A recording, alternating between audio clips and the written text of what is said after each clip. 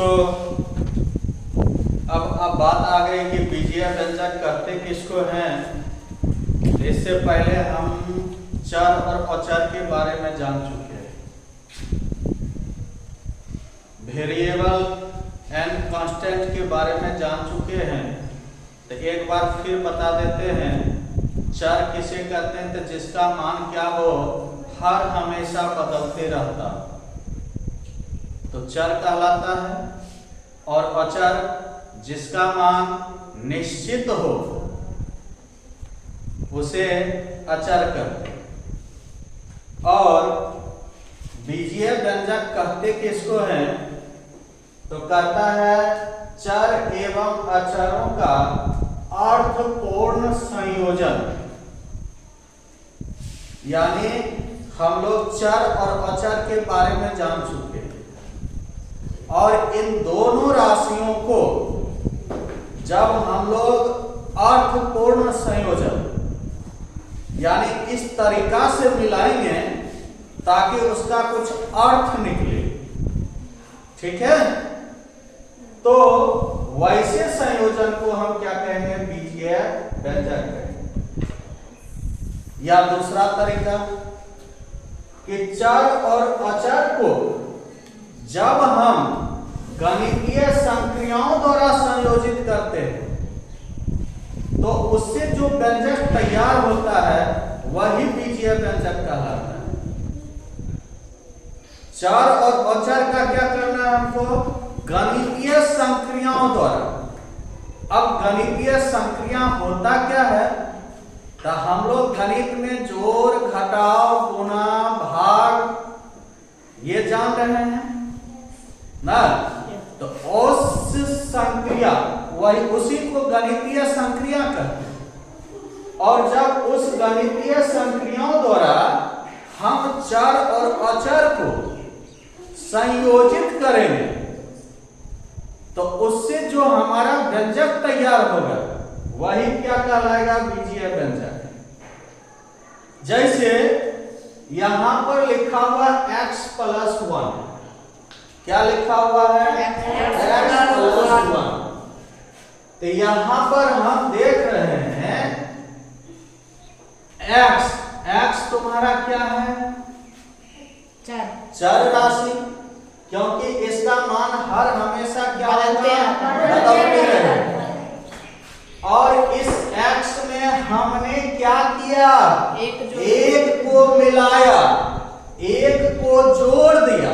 तो अब यह जोड़ का जो चिन्ह है, बताओ कि क्या यह गणितीय संक्रियाओं के अंतर्गत आता है या नहीं आता है, आता है।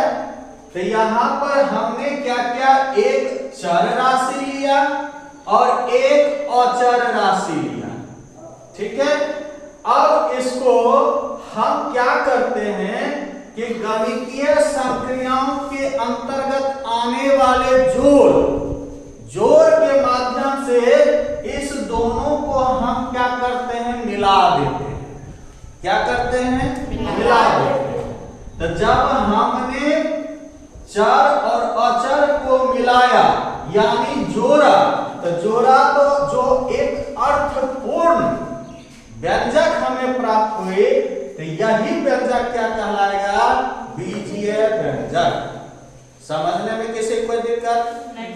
दूसरा है कि हमने क्या किया,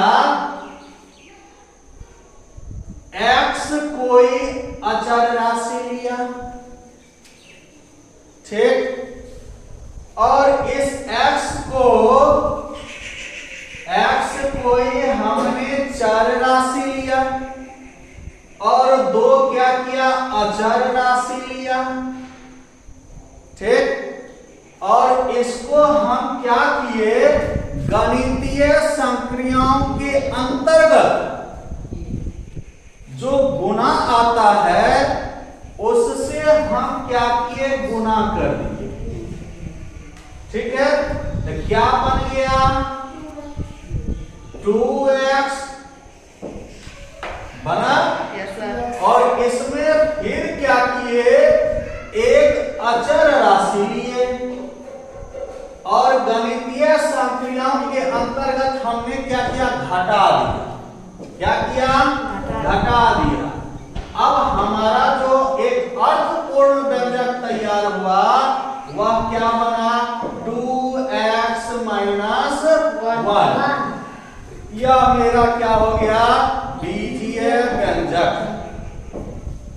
आगे जो एक एग्जांपल है 9x square plus 2x minus 3।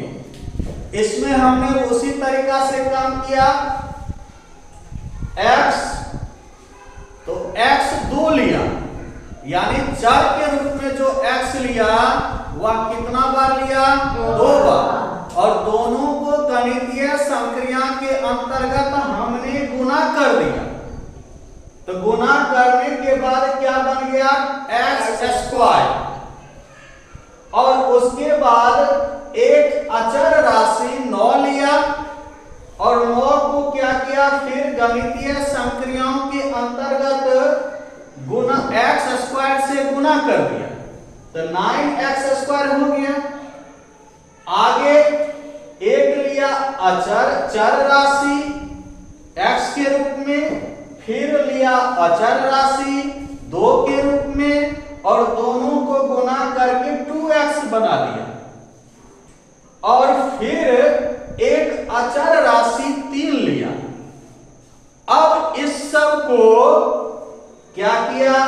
एक जोड़ और एक घटाव, यानी गणितीय संक्रियाओं के अंतर्गत हमने जोड़ और घटाव का प्रयोग करके 9x square plus 2x minus 3 एक अर्थपूर्ण व्यंजक बना दिया। और यही व्यंजक क्या कहलाएगा? बीजीय व्यंजक।